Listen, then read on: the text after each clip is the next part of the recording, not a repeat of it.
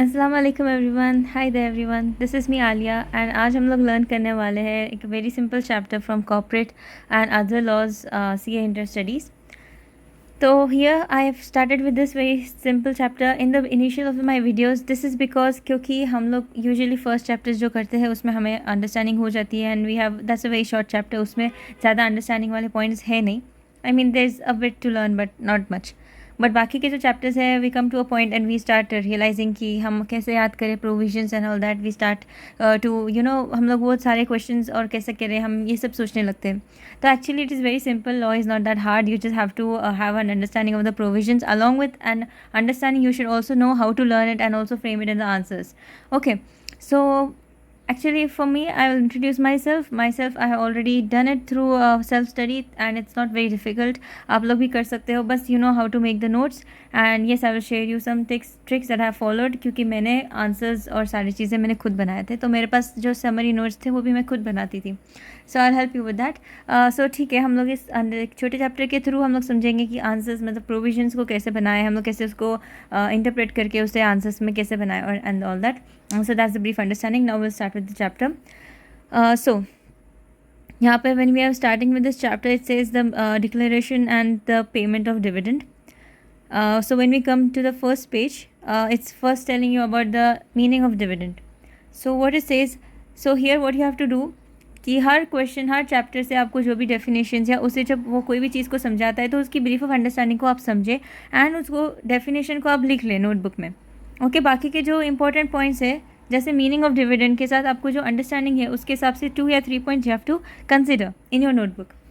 So here I will show you. यहाँ पे it's saying that as per section 235 of the Companies Act, while defining the term dividend simply states that dividend includes any interim dividend. So by this I understand that what our textbook is trying to tell us that as per section 235 it is defining dividend. And what is dividend? It also includes, I think we don't need this. Okay, dividend includes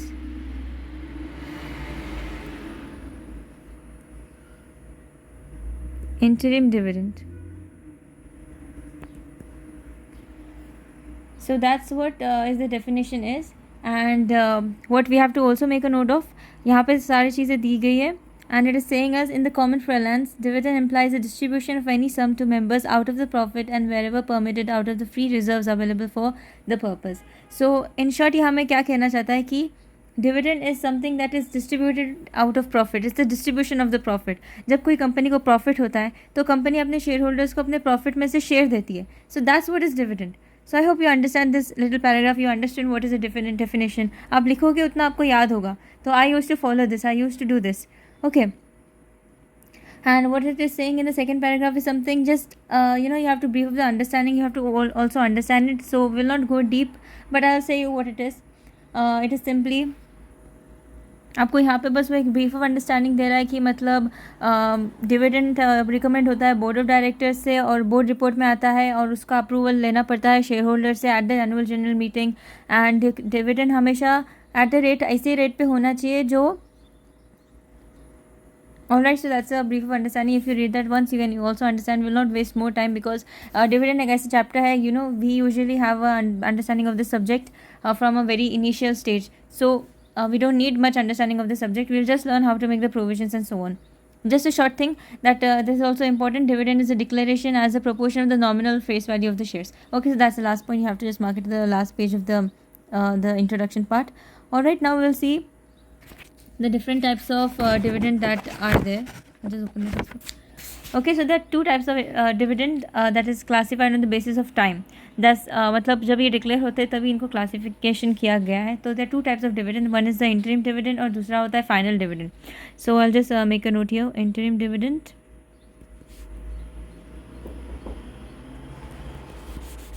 and there is other one that is the final dividend.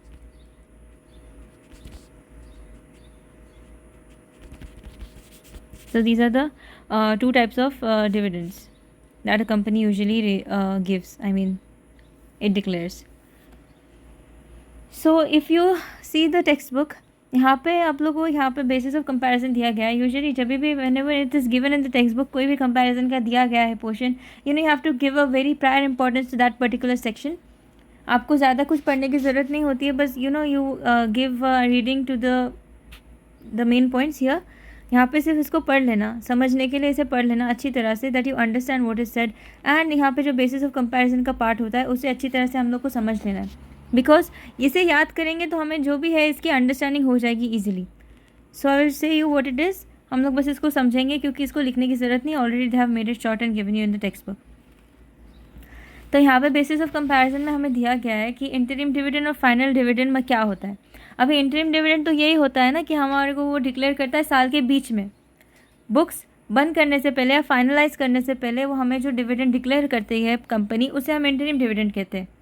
और final dividend on the other hand ये होता है कि जो recommend होता है, मतलब उसका हमें बुक्स क्लोज होने के टाइम पे, बुक्स क्लोज होने से पहले finalisation close of the financial year से हमें पहले ये डिविडेंड डिक्लेयर होता है. So that's the final dividend.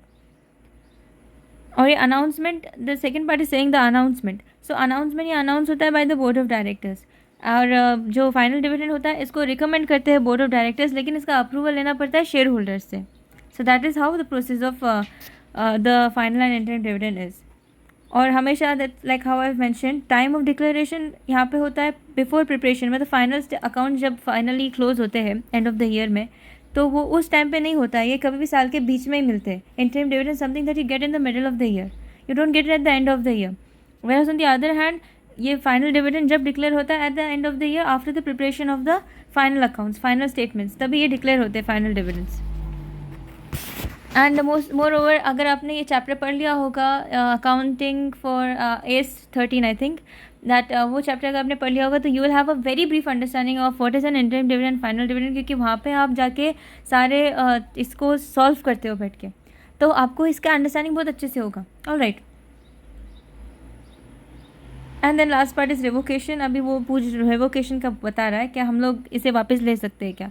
तो इंटरिम डिविडेंड को अगर आपने डिक्लेयर किया और आप मतलब कोई कंपनी ये है क्या हमें इसे वापस करना है, हमें इसे अब नहीं हम देने के इसमें है नहीं, हम इसे देंगे नहीं, हम डिविडेंड अब नहीं देंगे, तो in that case it can be revoked. क्या आप शेयर होल्डर्स की परमिशन लेके आप उसको अगर नहीं भी चाहो तो आप नहीं दो.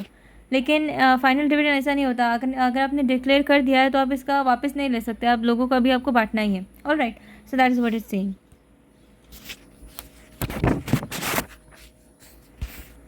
फिर आता है the next part is classification on the basis of the nature of the shares. और यहाँ पे आपको क्लासिफिकेशन दिखेगा. यहाँ पे देखिए आपको क्लासिफिकेशन इस तरीके से दिखेगा कि शेयर्स कितने टाइप्स में डिवाइडेड है. नाउ शेयर्स को हम लोग ने डिवाइड करा है यहाँ पे on the basis of preference shares and equity shares. Okay. अभी प्रेफरेंस शेयर्स कितने टाइप के होते हैं इसके बारे में हमें एक ब्रीफ ऑफ अंडरस्टैंडिंग यहाँ पे भी एक छोटे से चार्ट के थ्रू लोग ने पूरा अच्छी तरह से समझाया है. तो जब हम चार्ट को पढ़ लेते हैं तो हमें पूरी अंडरस्टैंडिंग होती है of the entire part. But it is very important that you also take up a section जहाँ पे प्रेफरेंस शेयर्स के बारे में बताया गया है. तो जैसे हम प्रेफरेंस शेयर्स के क्लासिफिकेशन को अभी थोड़ी देर में पढ़ेंगे, लेकिन यहाँ पे इसकी जो डेफिनेशन दी गई है उस पर हम लोग थोड़ा सा लुक करेंगे कि यहाँ पे वो क्या कहना चाह रहा है. So this is saying that according to section 43 of the Companies Act, shareholders holding the preference shares are assured of the preferential dividend at the fixed period during the life of the company. Preference dividend, unless otherwise agreed, as a cumulative in nature, not be paid every year. The company may decide not to declare any dividend when there is a deficiency of the profit. Okay. तो हमें एक understanding ये है कि preference shares वो shares होते हैं कि मतलब वहाँ पे जो holders of the preference shares have the preferential rights of repayment, उन मतलब preferential rights of payment of the dividend. और जब कंपनी वाइंडिंग अप स्टेज में जाती है तभी भी उन्हें वो कैपिटल पहले मिलता है इक्विटी शेयर्स से. तो यहाँ पे हम लोग को वही बता रहा है कि प्रेफरेंस शेयर्स ऐसे होते हैं कि you have a preferential rights of repayment and more over उनको एक फिक्स सम ऑफ डिविडेंड मिलता है during the life of the जो कंपनी होती है, उनको वो फिक्स डिविडेंड मिलता है. बट इक्विटी शेयर होल्डर्स को फिक्स्ड डिविडेंड नहीं मिलता है, उनको इट्स अ वेरी फ्लक्चुएटिंग मिलता है as per the profits of the company. कभी ज़्यादा मिल जाता है, कभी कम मिलता है, कभी नहीं मिलता है. So that's a very big point of difference between the two कि प्रेफरेंस शेयर्स वालों को ये डिविडेंड कैसे मिलता है. और फिर प्रेफरेंस शेयर्स को बताया गया है कि preference shares are divided classified further on the basis of they are cumulative preference shares, and they are also non-cumulative preference shares. तो यहाँ पे दो टाइप के प्रेफरेंस शेयर्स होते हैं, क्यूमुलेटिव प्रेफरेंस शेयर्स होता है, एक नॉन क्यूमुलेटिव प्रेफरेंस शेयर्स होता है.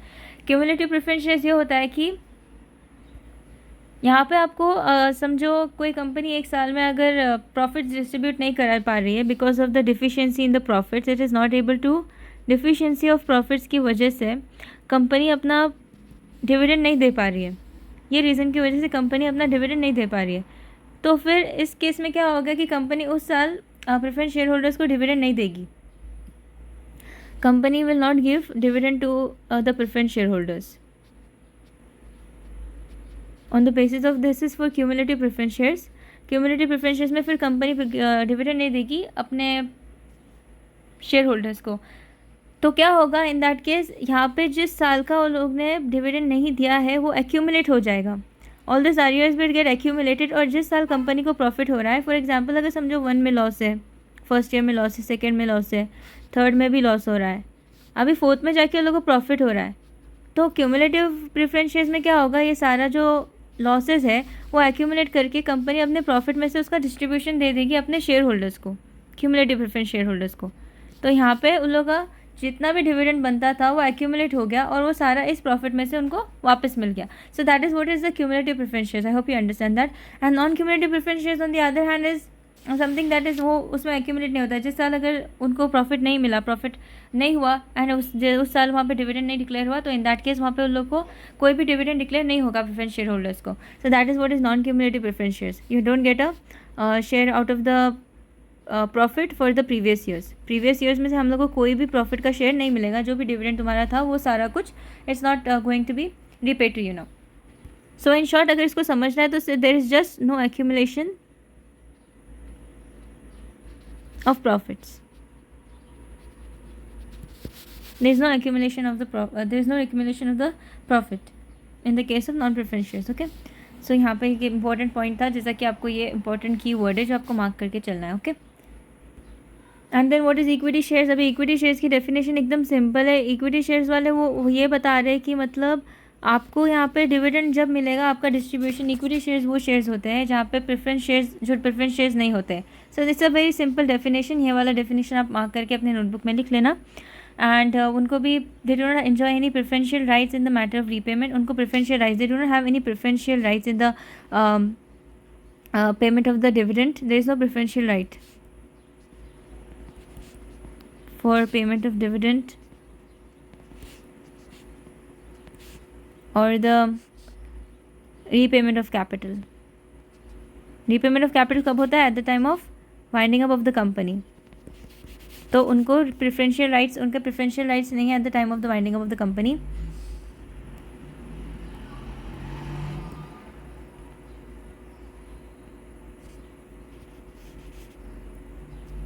Okay, there is no preferential rights for the right to the payment of the company. और ये वाले रेट्स जो है recommend by the board of directors होते हैं.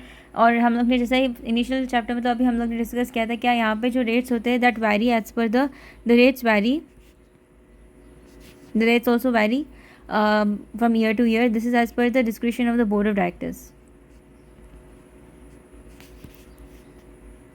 And moreover, it also depends upon the dividend policy and the availability of the profits.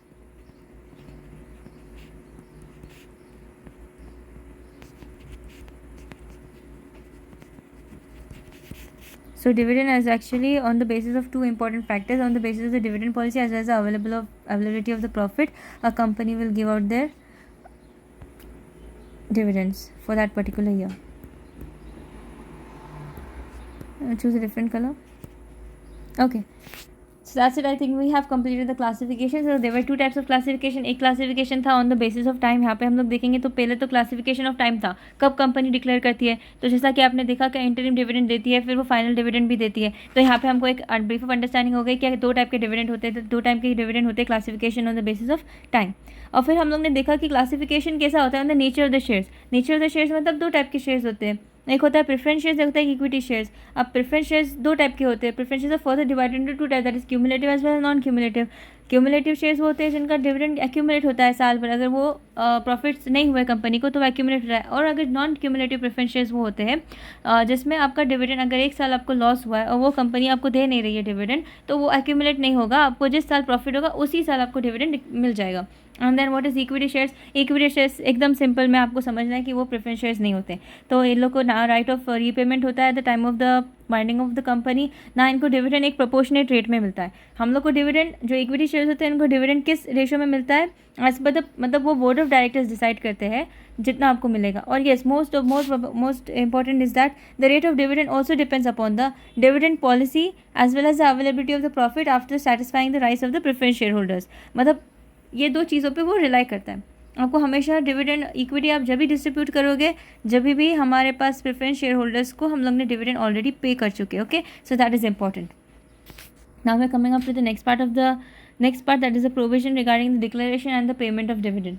Okay, तो यहाँ पे हमें बताया गया है द डिक्लेरेशन ऑफ डिविडेंड। हम यहाँ पे एक बार देख लेते हैं। सो ये एक बहुत ही इंटरेस्टिंग वाला पार्ट है जो हमारा शुरू हो गया है, that is the provision regarding the declaration and the repayment of and the payment of dividend, sorry. So okay, we'll start that. This is what is the section number? So okay, this color is too light, we will pick up another color.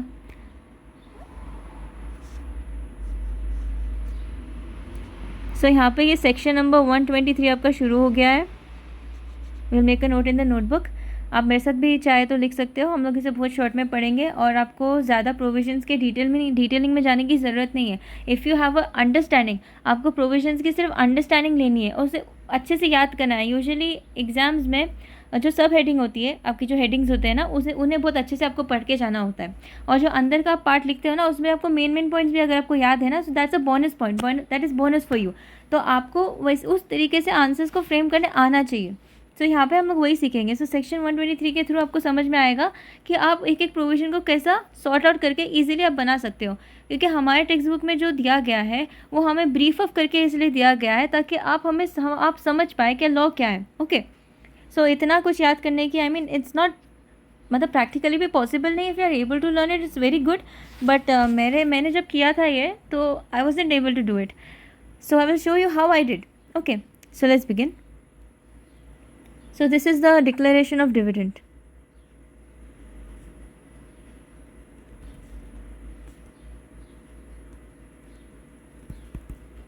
So ये हमारा new topic शुरू हो गया है, I mean the section. So will just mark that. Okay, अभी यहाँ पे हमें बताया गया है कि हमको पहले तो ये पार्ट में बोला गया है the sources for the declaration of dividend. तो यहाँ पे हम लोग को फर्स्ट क्या लिखना है, द सोर्सेज ऑफ डिविडेंड. अभी सोर्सेज पहले तो हमें यही पता चलना चाहिए ना क्या डिविडेंड हम कहाँ से मिलता है, हमको डिविडेंड डिक्लेयर कहाँ से होता है. तो sources and declaration of dividend. So will just make it short. यहाँ पे बस हम लोग लिख लेते हैं द सोर्सेज ऑफ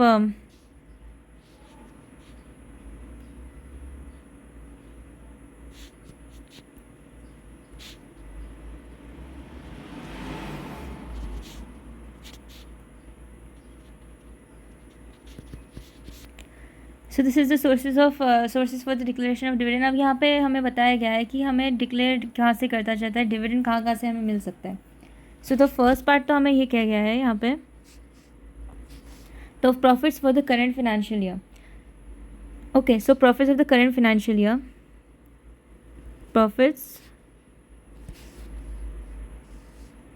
या तो हम लोग इसको एकदम सिंपल में कर देंगे, profits for the current financial year. और यहाँ पे एक और पॉइंट दिया गया है कि मतलब प्रॉफिट वहाँ तब मिलेगा जब उसमें से डिक्लेरेशन, आफ्टर प्रोवाइडिंग डिक्लेरेशन, मतलब डिक्लेरेशन को हम डिडक्ट करके ये प्रॉफिट हम बांटेंगे. सो इसे भी हम मेंशन कर देंगे.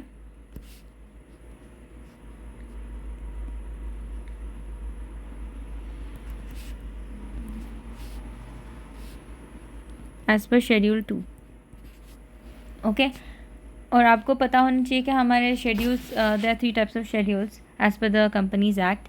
तो schedule 1, schedule 2 and the schedule 3 हम बैलेंस शीट यूजुअली शेड्यूल 3 से बनाते हैं। सो दैट इज़ ऑल्सो, वो आपको बता रहा है कि आपको जो प्रॉफिट्स आप शेयर करोगे तो प्रॉफिट्स में डिप्रिसिएशन डिडक्ट करके करना है। Okay, and the schedule 2 and 1 2 3 आपको ये सारे चीज़ें अकाउंट्स में इजीली बहुत अच्छे से समझाए गए होंगे। तो I think you have an understanding about what are those schedule, so will not go deep into that. Okay, but you have to just remember कि प्रॉफिट्स हम तभी डिस्ट्रीब्यूट करेंगे जब यहाँ पे डिप्रिसिएशन प्रोवाइडेड है। तो फर्स्ट सोर्स तो हमें ये पता चल गया कि फर्स्ट सोर्स तो हमारा प्रॉफिट है, वो हम लोग करंट ईयर में से बांटेंगे। ओके, तो फिर सेकंड सोर्स क्या दिया गया है यहाँ पे? सेकंड सोर्स हमें दिया गया है profits of any previous financial year. अभी हमारा प्रॉफिट जो प्रीवियस फिनेंशियल ईयर है उसमें से हम डिस्ट्रीब्यूट करेंगे। तो यहाँ पे हम लोग कैसा फ्रेम करेंगे, आई विल एक्सप्लेन यू। पहले हम लोग इसे लिख लेते हैं, ये अनडिस्ट्रीब्यूटेड होगा।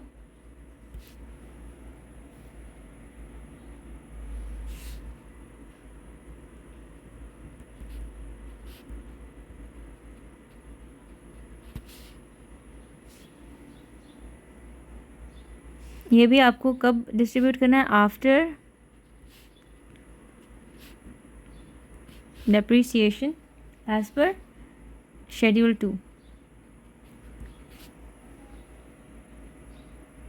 ये आपका क्या होगा? I think this will be the, तो यहाँ पे एक और लाइन की कही गई है कि मतलब ये आपका कौन सा वाला प्रॉफिट होगा जो अनडिस्ट्रीब्यूटेड है, जो आपके पास पीएनएल में, आई मीन जो आपके पास पीएनएल अकाउंट में जो फ्री रिजर्व में जो आपके पास अमाउंट होगा, इसमें से भी आप डिस्ट्रीब्यूट कर सकते हैं। Okay, so this is also very important कि आप इस पार्ट को भी यूज़ कर सकते हैं फॉर द प्रीवियस ईयर का जो प्रॉफिट आपके पास एक्यूमुलेटेड है in the form of reserve, उसे भी आप डिस्ट्रीब्यूट कर सकते हैं। And very important to know that free reserve ही यूज़ कर सकते हैं आप declaration and payment of dividend में। ओके, सो हमारे 2 सोर्सेज हो गए हैं। अभी हमारा जो थर्ड सोर्स है वो क्या है? आप या तो तीनों को भी in a combination you can use them, आप दोनों का भी कॉम्बिनेशन करके यूज़ करके आप डिविडेंड डिक्लेयर कर सकते हो। And the fourth one is also a very interesting point. यहाँ पे वो बोल रहा है कि provision of money by the government, the provision of money by the government. So यहाँ पे it's trying to tell you that अगर कोई भी कंपनी, कभी कभार कोई कंपनी गारंटी ले लेती है, money given on guarantee, I will give a short, मैं यहाँ पे शॉर्ट में लिख लेती हूँ, given by the central government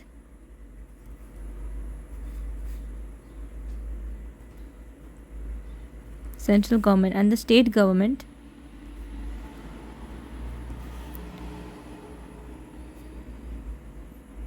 in pursuance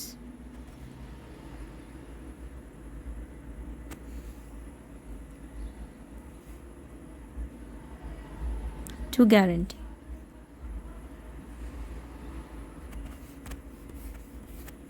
तो इसे भी आप यूटिलाइज़ कर सकते हो, किस लिए? For distribution of dividend.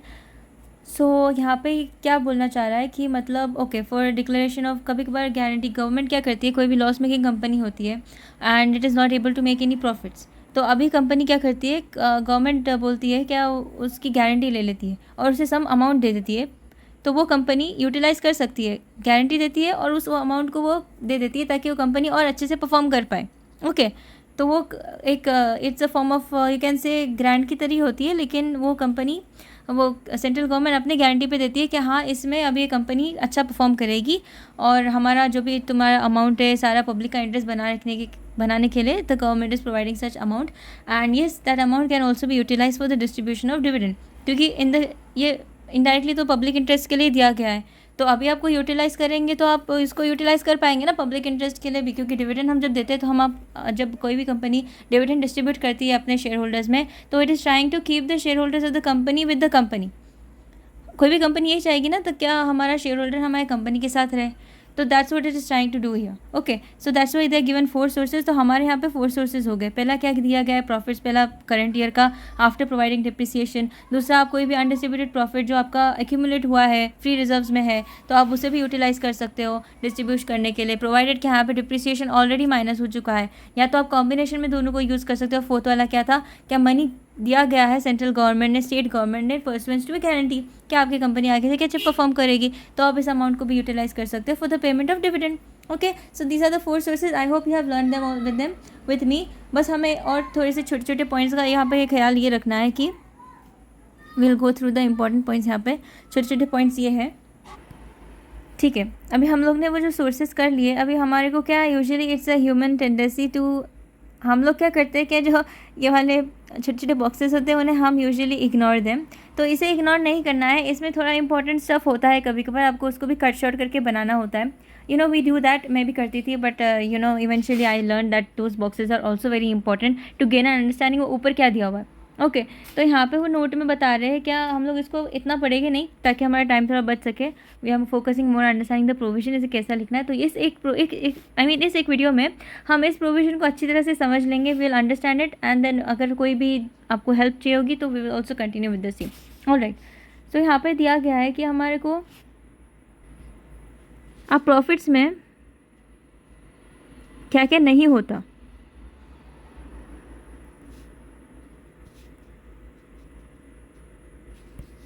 What's not included in your profit? सो यहाँ पे कोई भी रिवैल्यूएशन अमाउंट, रिवैल्यूएशन गेन जो होता है वो नहीं आएगा। रिवैल्यूएशन गेन या आपका कोई भी अनरियलाइज्ड जो प्रॉफिट होते हैं, unrealised whereas will just mention it like कोई भी नॉशनल या अनरियलाइज्ड गेन, जो गेन सिर्फ दिख रहा है।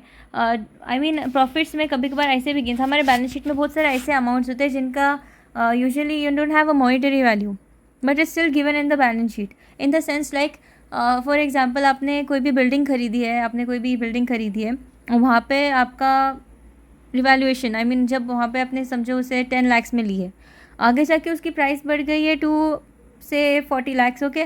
सो there is a gain in that amount by 30 lakhs and we are showing that amount in the revaluation account as gain 30 lakhs का जो उसमें एक्स्ट्रा ग्रोथ आया है वो। But actually did you get any amount? हमें कोई amount तो नहीं आई है, बस वो हमारे बैलेंस शीट में शो हो रहा है कि हमारी आज की प्राइस इतनी है, उसमें रिवैल्यूड इतना हुआ है। तो यहाँ पे तो हमारे पास कोई प्रॉफिट, आई मीन कोई अमाउंट हाथ में नहीं आ रही है, तो उस अमाउंट को आप कैसे डिस्ट्रीब्यूट करोगे as a profit? So that's it, that's what we are excluding such amounts from the profit. Okay, जैसे के पास आपके पास अमाउंट ही ना हो तो आप उसे डिस्ट्रीब्यूट कैसा करोगे? सो दैट्स व्हाट, ओके। और दूसरा है the change in the carrying amount, this is also one and the same thing. बस आपको छोटे से पॉइंट्स नोट करने हैं ताकि आपको पता हो कि ये सारे अमाउंट्स नहीं आएंगे। बस ये छोटे छोटे 2 पॉइंट्स थे, मुझे ऐसा लगा था कि ज़रा ज़्यादा इंपॉर्टेंट है तो मैंने इसे डिस्कस कर दिया था। और यहाँ पे आपको नोट्स में जो दिया गया है ना, नोट नंबर 3 में, you have to see that capital reserve आप यूज़ नहीं कर सकते हो as a distribution of dividend. Capital reserve को हमेशा याद रखना कि कभी भी हम इसे डिस्ट्रीब्यूटेबल प्रॉफिट में नहीं कंसिडर करेंगे, और वो बिकॉज कैपिटल प्रॉफिट ऐसे प्रॉफिट है जो आप नॉर्मल कोर्स ऑफ बिजनेस में अर्न नहीं करते हो, तो इसीलिए वो उसको नॉर्मली हम लोग अवेलेबल नहीं करेंगे as a payment of dividend. हमें कोई भी ऐसा कैपिटल अमाउंट जो भी है ना, capital reserve and all that stuff, we are not taking it for distribution of dividend. Yes of course for bonus का डिविडेंड, बोनस का डिस्ट्रीब्यूशन के लिए हम लोग CRR रिजर्व का यूटिलाइज करेंगे, बट जो नॉर्मल डिविडेंड्स होता है उसमें usually we are not making use of any other reserves other than free reserves, okay.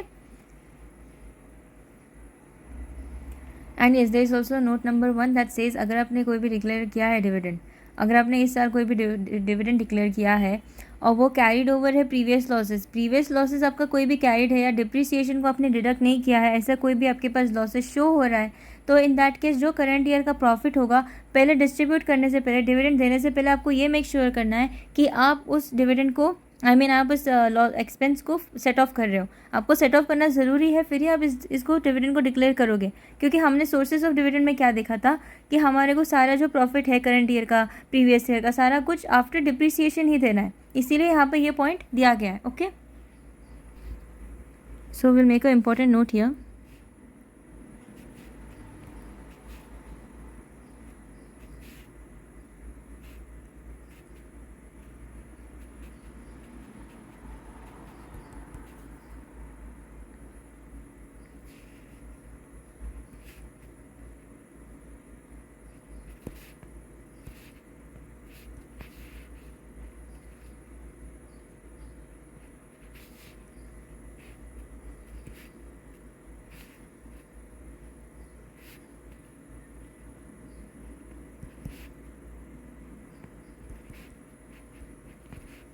Against the profit of current year.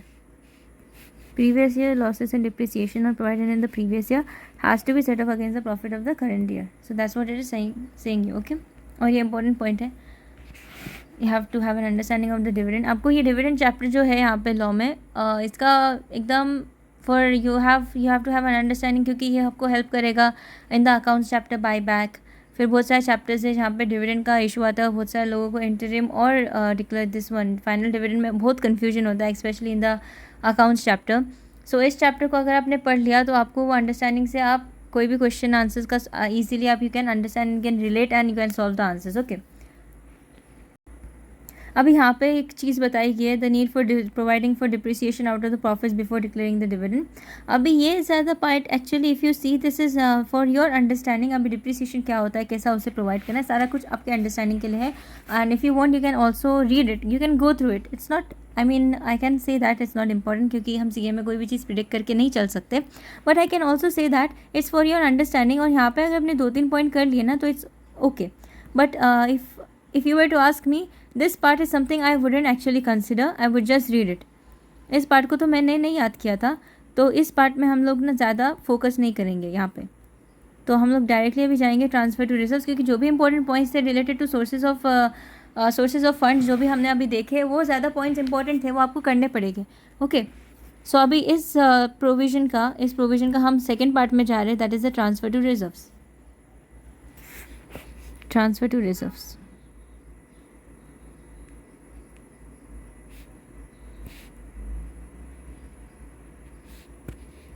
So we started the second part of the provision.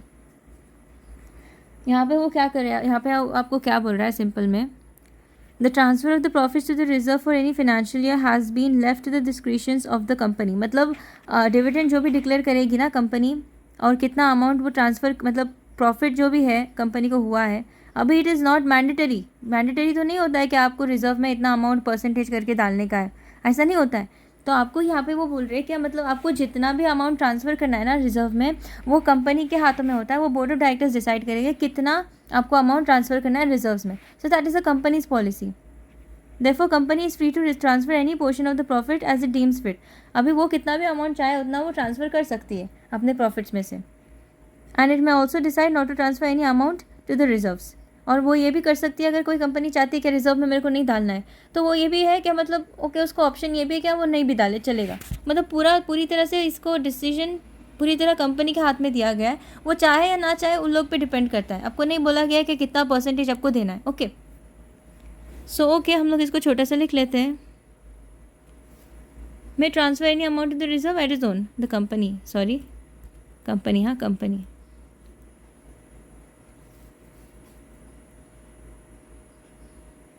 Law की language पे आप ध्यान देना, यहाँ पे मैं लिखा हुआ है, मतलब उसकी मर्ज़ी है। यहाँ पे चाहे तो बहुत सारे टर्म्स होते हैं। आपको interpretation of the statute chapter में ये समझेगा कि हम लोग बहुत सारे लॉ की लैंग्वेज यूज़ करते हैं, बट यहाँ पे आपको रिलेवेंस नहीं है, बट फिर भी मैं बता रही हूँ कि ये मेरे पे ज़्यादा हम लोग इंपॉर्टेंस दे के चलेंगे।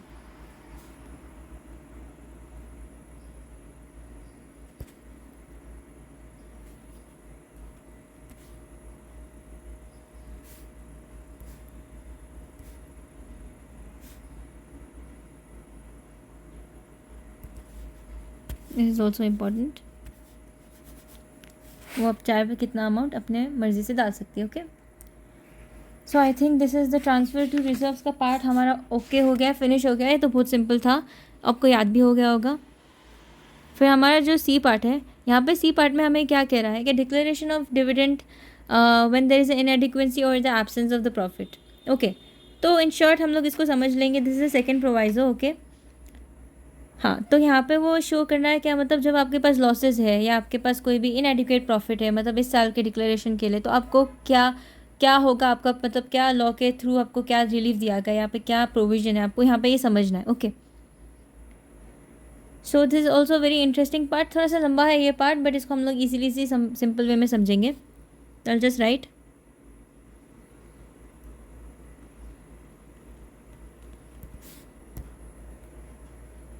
Alright.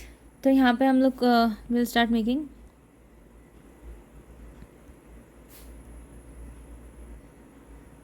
in case of any inadequacy or absence of profit। और यहाँ पे हम लोग को ये भी दिया गया है कि inadequacy और absence of profit कब, करंट ईयर में। Okay, that is in the current year.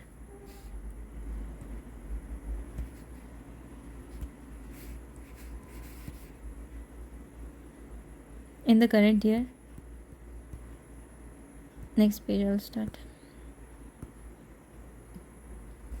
In the current year, and the company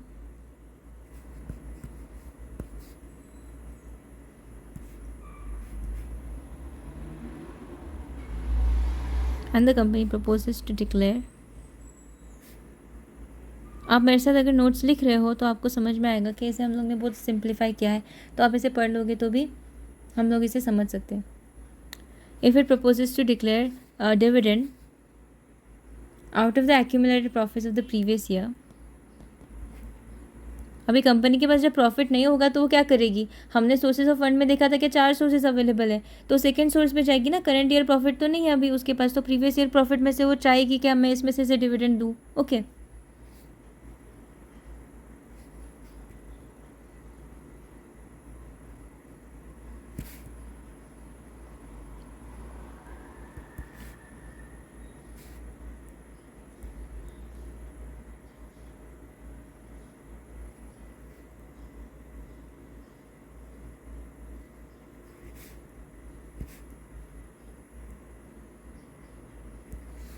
transfer to free reserve.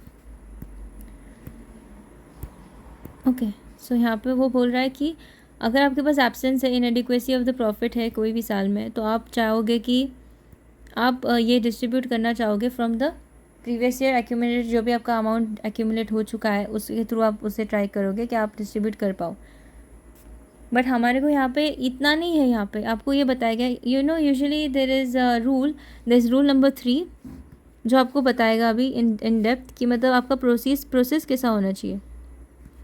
अब प्रोसेस कैसा होगा आपको डिविडेंड डिक्लेयर करने का. So that is rule number 3 of the companies act. यहाँ पे अगर आप देखोगे ये पेज पे है, under the rule number 3 such declaration is subject to the following condition. आपको 3 कंडीशंस फुलफिल करने होंगे तभी आप एलिजिबल होगे to distribute the dividend out of your free reserves, okay, of the previous financial year.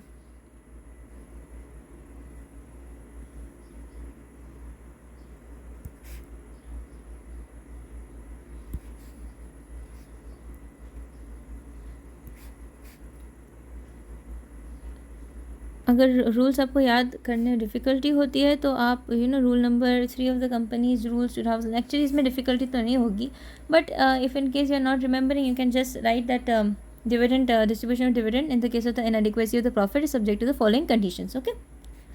कभी in case याद ना आए, it's good if you are able to learn. कभी कभार नहीं आए तो it's better to follow the strategy. So हम लोग यहाँ पे अभी लिखेंगे द 3 रूल्स. फॉर हम लोग पहले लिख लेंगे और फिर बाद में हम इसे ईजिली समझ लेंगे through the notes.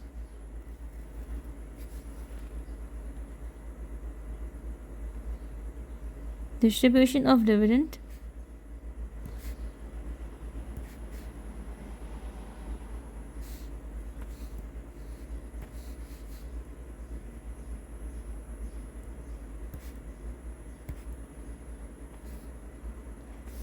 just one second. Distribution of dividend out of the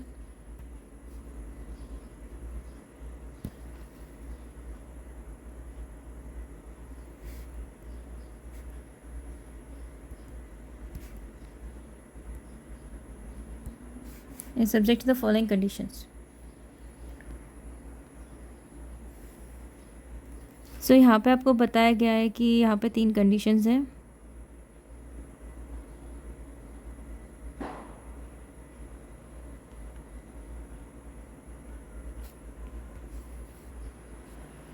Okay, so the first condition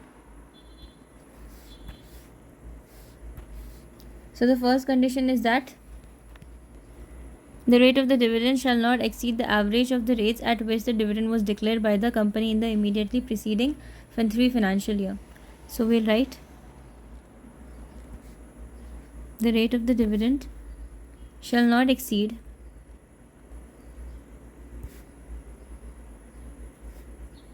average rate at preceding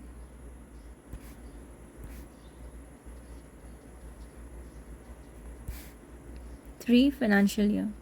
मतलब पिछले 3 फाइनेंशियल ईयर का रेट ऑफ डिविडेंड जो है, आपका जो रेट ऑफ डिविडेंड इस साल का होगा वो आपके इस मतलब जो डिविडेंड आपका रेट ऑफ डिविडेंड आपका इस साल का होगा ना, वो आपके एवरेज रेट ऑफ डिविडेंड 3 साल का डिविडेंड डिक्लेयर जो है 3 साल का एवरेज है वो ज़्यादा नहीं होना चाहिए। फॉर एग्जांपल अगर समझो आपका यहाँ पे इस साल का डिविडेंड आपने सोचा 10% पे हम लोग देंगे आपको, 10% पे अगर समझो इस साल में आपको सोचो क्या इतना हम लोग ये देंगे, we will consider giving this much, but आपके लास्ट प्रीवियस ईयर्स का समझो नहीं this is a very big amount, हम लोग को छोटा सा अमाउंट ले लेंगे 6% पे अगर समझो कंपनी सोचिए मैं 6% पे डिस्ट्रीब्यूट करूँगी, आपका प्रीवियस ईयर का डिस्ट्रीब्यूटेबल वो डिविडेंड था 4% था, और एक साल में कभी 10% था, ओके, और कभी समझो 8 था, ओके 8 था, और ये टोटल एवरेज 3 से, तो 14 8 अभी कितना होगा समझो, हम लोग अंदाजे पे इसको 30 कर देंगे, you know it does not come to 30, but just an understanding, यहाँ पे मेरे पास हाथ के पास कैलकुलेटर नहीं है, so please consider that. So ये क्या होगा 10% है,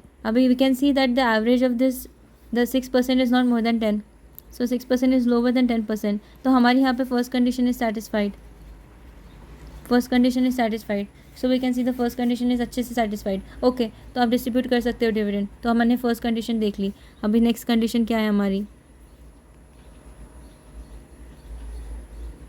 the second condition here states that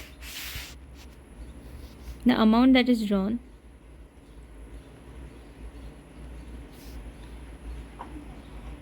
ये मैं फॉर्मूला ही लिख लूँगी, यहाँ पे सेकंड कंडीशन का बहुत अच्छे से फॉर्मूला दिया गया है, is less than equal to 10% of the pair of share capital plus the free reserves, मतलब दोनों का, ओके। सो ये आपका सेकंड कंडीशन है, यहाँ पे आपका सेकंड कंडीशन ये है कि अमाउंट जो आपका निकला है वो 10% of the paid of share capital है, एंड फ्री रिजर्व का it should be less than और इक्वल टू, उतना होना चाहिए, अगर ज़्यादा है तो आप नहीं दे सकते, so this is also important consideration. And the third one is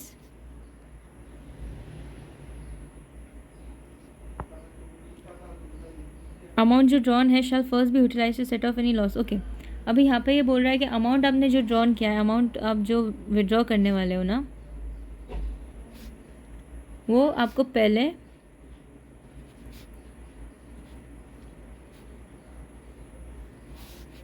current year loss को सेट ऑफ करने में यूज़ करना होगा, set of the current year loss, okay. आपको पहले सेट ऑफ करना पड़ेगा करंट ईयर लॉसेस, अगर कोई लॉसेस होते हैं तो पहले आपको ये अमाउंट को यूज़ करना पड़ेगा सेट ऑफ करने के लिए any current year loss, okay. This is your third condition, ये बहुत इंपॉर्टेंट कंडीशन है, क्योंकि बहुत सारा टाइम ये होता है कि हम ये थर्ड वाला कंडीशन भूल जाते हैं। So there almost 3, first one average of the 3 financial year आपका ज़्यादा नहीं होना चाहिए, second one the amount drawn it should be actually less than equal to 10% of the paid of share capital, and paid of share capital में दोनों आते हैं, preference as well as equity, and the free reserve, and third one is amount that is drawn should first be utilize to set off any current year losses अगर कोई होता है तो, and the fourth one क्या पे है हमारा, जो बैलेंस होना चाहिए रिजर्व में, the balance in the reserve, and it's very important कि यहाँ पे जो इजीली यहाँ पे शॉर्ट में समझने के लिए फॉर्मूला दी गई है हमारे टेक्स्ट बुक में, तो बहुत अच्छे है, उसे आप लोग पढ़ लेंगे तो you will understand. So balance in the reserve, balance in the reserve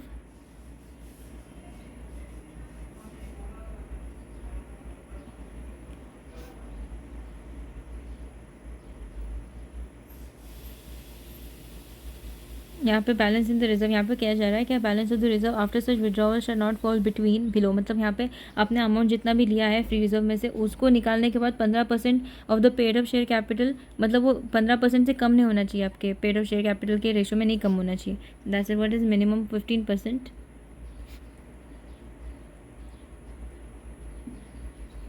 okay. So it is saying the balance of the reserve after such withdrawal shall not fall below 15% of the paid up share capital as appearing in the last audited financial statement. सो यहाँ पे जो 3 conditions है, यहाँ पे जो 4 conditions है, इसको आपको पूरी तरह सेटिस्फाई करना पड़ेगा। हम लोग यूजुअली क्या करते हैं कि जो ये सेकंड कंडीशन है और ये थर्ड कंडीशन को मर्ज करके ही वी कंसिडर एज वन, तो usually we say that there are 3 conditions, but you don't have to do that. अगर टेक्स्ट बुक में 4 है तो 4 की तरह ही उसे पढ़ लेंगे तो हम लोग के लिए अच्छा होगा, okay. So free reserve minus the amount that is drawn for is more than equal to 15% of the paid of share capital of the amount of the reserve, okay. तो आपका विड्रॉल करने के बाद जो अमाउंट है बस आपको maintain करना है एक मिनिमम 15% का, उससे ज़्यादा आपको नहीं करना है। इन शॉर्ट इसको अगर हम लोग समझने जाएंगे तो ये ऐसा कह रहा है कि हमें जो फ्री रिजर्व का अमाउंट है जो हम लोग विड्रॉल करेंगे at least 15% of the paid of share capital उसमें रिफ्लेक्ट होना चाहिए, उससे ज़्यादा आपको विड्रॉ नहीं करना चाहिए, okay, not more than 15%। Minimum तो ये कंडीशन आपकी क्राइटेरिया सेटिस्फाई होनी चाहिए. So that is all 4 criteria that we have seen. तो यहाँ पे आपका एक और प्रोविज़न और यहाँ पे कुछ क्वेश्चंस दिए गए, उसे हम लोग दूसरे वीडियोस में कवर करेंगे because it is very simple. आपको सारे 3 या 4 कंडीशन अप्लाई करके देखना है. तो हम इसको अंडरस्टैंडिंग लेने के लिए नेक्स्ट वीडियो में हम लोग इसको डिस्कस करेंगे ताकि वो छोटा सा ये वीडियो हो जाए हमारा और वो वीडियो एक छोटा सा वीडियो बन जाए ताकि हम लोग उसको कंप्लीट कर पाए. ओके, तो यहाँ पे जो आपके इलस्ट्रेशन होते हैं मोर देन इनफ होते हैं. एग्ज़ाम के लिए आपको स्टडी करके जाना है वो सारे. यूजुअली हम इसे इग्नोर करते हैं, that is not good. Alright, okay, so we are coming to the next part. ये सारे okay, sorry, I just turned my textbook pages but I forgot to actually turn it for you guys. So section illustration number 3 and illustration number 4 will be your homework. हम लोग live session भी रखेंगे so that after every session we are able to also learn it together. I will also learn with you guys. तो हम लोग सब साथ में एक मेंटेन करेंगे, स्टडी इन्वायरमेंट बना रहेगा और हम लोग अपना एग्जाम को अच्छे से एज कर पाए. Okay, so the dividend depositing the amount of dividend that is your D part actually.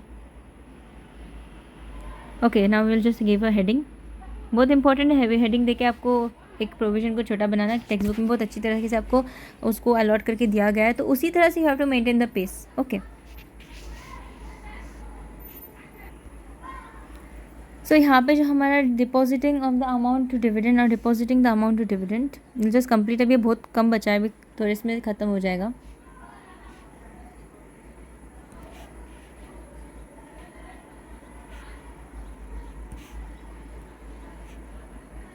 यहाँ पे एक छोटा सा एकदम छोटा सा ये इसलिए दिया गया है क्योंकि इसकी जो अंडरस्टैंडिंग है आपको कितना अमाउंट डिपॉजिट करना है, इसकी सारी अंडरस्टैंडिंग आपको आगे जाके चैप्टर में मिलेगी. आगे इस चैप्टर में आपको बताया गया, लेकिन फिर भी हम लोग इसको एकदम शॉर्ट में हम लोग समझने की कोशिश करेंगे. I just give you N understanding of this. मतलब छोटा सा प्रोवाइजर है तो इस पर हम लोग समझेंगे इसका section. The amount of the dividend shall be deposited in a separate account maintained with the scheduled bank. This is done within 5 days from declaration of dividend. तो यहाँ पे वो क्या कह रहा है, क्या यहाँ पे लोग बोल रहे हैं कि आप जो डिविडेंड का अमाउंट होगा आपका, डिपॉजिट द डिविडेंड अमाउंट. पहले तो इम्पोर्टेंट हमने क्या दिखा, क्या deposit the amount of dividend to a separate bank account. Separate bank account. मेरे को छोटे से पैराग्राफ में इतनी समझ में अंडरस्टैंडिंग आ गई है तो मैंने इसका एक छोटा सा पॉइंट बना लिया. ओके, अभी वो बोल रहे हैं हम लोग को कितने दिन में डालना है, कितने दिन में जाएगा ये अमाउंट. तो transfer the amount with in 5 days. और हम लोग इसको यहाँ पे है तो हम लोग इसे इस तरह से समझेंगे,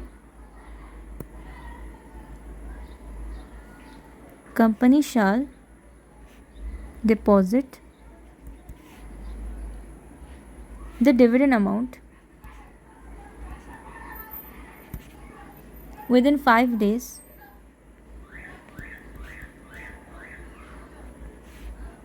from declaration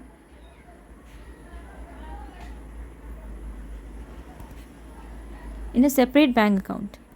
छोटा हो गया, हमने अपने अंडरस्टैंडिंग के थ्रू एक छोटा सा नोट बना के उसको समझ भी लिया. तो इस तरीके से आपको हर चीज़ को एकदम कट शॉर्ट करके समझना है. आपको देखना है क्या क्या इंपॉर्टेंट है. यहाँ पे जैसा कि अगर हम लोग देखेंगे तो यहाँ पे इंपॉर्टेंट क्या है कि 5 दिन में सेपरेट बैंक अकाउंट में, और किसको डालना है, डिपॉजिट अमाउंट को. तो इस तरीके से आप उसको कट शॉर्ट करके अंडरस्टैंड कर सकते हो. लॉ के प्रोविज़न करना इसी तरीके से है. कोई भी आपको ज़्यादा रट्टा मारने की ज़रूरत नहीं अगर आप इसे समझ रहे हो तो, क्योंकि रट्टा आप कितना मारोगे, रट्टा आप ज़्यादा चीज़ों को नहीं मारोगे. आपको लॉ में बहुत सारे there are a lot of penalties, fines, ये सब चीज़ें होते हैं. आपको समझना होगा कैसा है, क्यों है, then only you are able to get through the deep root point. आपको समझ में आएगा तो ही आप इसको कर पाओगे सब्जेक्ट को. It's very interesting also. अभी हम लोग को सेकेंड पार्ट, अभी हम लोग का ये वाला छोटा सा पॉइंट तो हो गया, डी वाला हम लोग ने उसको 3 लाइन में कर लिया. ओके, ना अभी ई वाला पॉइंट है. बहुत सारे टीचर्स लोग बोलते हैं कि आपको हमेशा लॉ की लैंग्वेज यूज़ करनी है, but it is not like that. You can't remember everything as a law की लैंग्वेज में आप नहीं समझ पाओगे, याद नहीं कर पाओगे. It's important that you understand the provisions when you are giving the answers. It has to be accurate. आपको लॉ की लैंग्वेज पता है, आप आंसर्स गलत लिख के आ रहे हो तो it does not make any sense. So focus on learning, understanding the provisions and then learning it. Okay, and make it cut short in your own language. And payment of dividend, मैंने तो ऐसा ही किया था. Now it says the payment of dividend. This is your E वाला heading. तो payment of dividend कैसा होना चाहिए. अभी ये वाला थोड़ा सा part I think it's long one. B C, इसमें सी पॉइंट ओके है.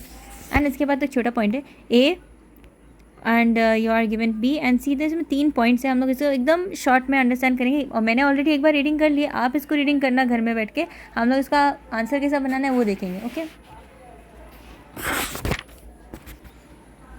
सो dividend shall be paid to, dividend shall be paid to. अभी डिविडेंड हम लोग किसको किसको बांटेंगे, पहले तो हम लोग को यहाँ पे ये फर्स्ट पॉइंट में दिया गया, dividend shall be payable only to the registered share holder और टू हिज ऑर्डर टू और टू हिज बैंकर। अभी क्या होता है यहाँ पे, डिविडेंड हम लोग सिर्फ उन्हीं को दे सकते हैं जो रजिस्टर्ड शेयर होल्डर्स है। रजिस्टर्ड शेयर होल्डर मतलब शेयर आपके नाम पे है, ये तो हमको समझ में आ गया। हाँ, ये मेरे नाम पे मेरा शेयर, मेरे को डिविडेंड मिलेगा। या तो फिर ये किसको मिलेगा, मैं किसी को ऑर्डर, मैं बोल रही हूँ क्या मेरे बिहाफ पे इस इंसान को दे देना मेरा शेयर, मेरे शेयर क्या, तो that is on his order to his order. मैं इस पॉइंट को इतने इजीली ब्रेक करी हूँ ताकि इसको हम लोग समझ के याद कर पाए, on his order. And third one हमें किसको देना है, थर्ड वन हमें कोई देना है टू हिज बैंक। मैंने बोला इस बैंक को मेरे बिहाफ पे दे देना है, मेरे शेयर का जो भी है, तो वो कंपनी को भी हमारा ऑर्डर फॉलो करना पड़ेगा। तो यहाँ मैं किसी को ऑर्डर करूँगी या मैं कोई bankers, this is not bank, it's a banker, मैं किसी बैंकर को भी दे सकती हूँ अपना डिक्लेयर पेड, इसको मेरे रजिस्टर्ड शेयर होल्डर या तो मुझे मिलेगा, या मेरे ऑर्डर पे किसी इंसान को मैंने किया है ऑथोराइज, मतलब मैंने बोला इस इंसान को दे देना तो उसको देना है, या तो मेरे बैंकर को क्या अमाउंट ट्रांसफ़र कर देना है या मैंने पे करना है। तो company is liable to give that amount to that particular person, okay, on my order. अभी इट्स ऑल्सो इंपॉर्टेंट, यहाँ पे सेकेंड वाला पॉइंट हमें क्या कह रहा है, तो यहाँ पे कुछ इलस्ट्रेशन है that you have to cover, it's your homework today. Now dividends should be payable in cash and not in kind, यहाँ पे थर्ड वाला पॉइंट है, sorry I am always forgetting that text book is here digitally. Dividends are also payable in cash and not in kind. Dividend आपको कैसा देना है, तो हमारा सेकेंड वाला पॉइंट है बी है, I think we didn't mark the first one, shall be paid to the registered share holder, तो यहाँ पर ए पॉइंट था, इससे I think I am able to rub that, okay, this is my A point. Now this is my B point. यहाँ पे B point क्या कह रहा है कि हमें हमारा dividend only paid in cash, dividend should only be paid in cash,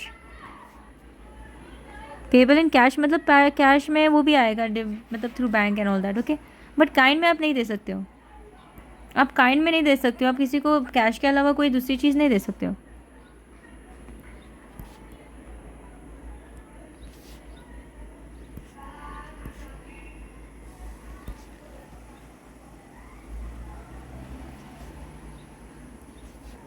not in kind, तो यहाँ पे कुछ important I think there are some points कि यहाँ पे आपको बोला गया है कि यहाँ पे जो सब इसका जो एक्सप्लेनेशन दिया गया है ना, that is actually relating to section number 127, जहाँ पे आप जाके आगे इसको पढ़ोगे। तो ये सेक्शन के थ्रू आपको अगर रिलेट करना है तो वेल एंड गुड, अगर नहीं भी करना है तो इतना भी पॉइंट आपने अगर लिख लिया ना तो इट्स इनफ। बस यहाँ पे एक चीज़ आपको यहाँ पे लिखनी है, यहाँ पे जो नोट है उसको आप एक बार पढ़ लेंगे तो it's okay.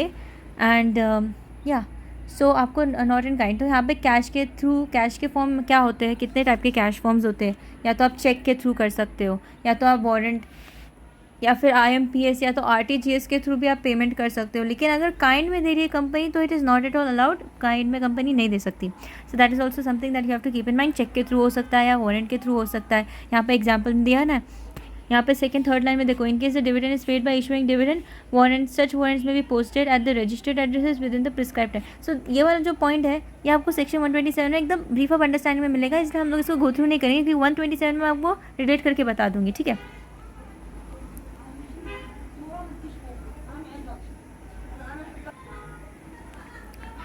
Okay, now I think we have come to the ekdam last part of the okay, yeah, we have come to the last part, and yes, this is what does it say, that is our F point. Colour change कर लेते, बहुत ही बोल रहा है एक colour से। F point, यहाँ पे आपको क्या कहा गया है, इस प्रोहिबिशन,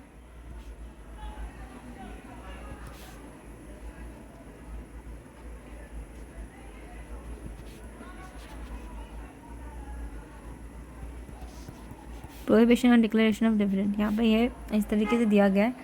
तो यहाँ पे हमारे को 2 प्रोहिबिशंस बताए गए हैं, उसको हम लोग एकदम शॉर्ट में करेंगे क्योंकि understanding is important. Alright, so first बोल रहा है कि company which fails to comply with the provisions of section 73 and 74 shall not as long as the failure continues declare any dividend. Okay, तो आपका सेक्शन 73 और 74 क्या है?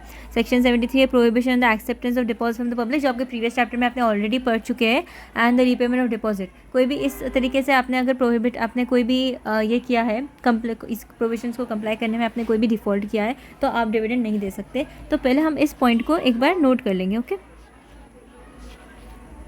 a company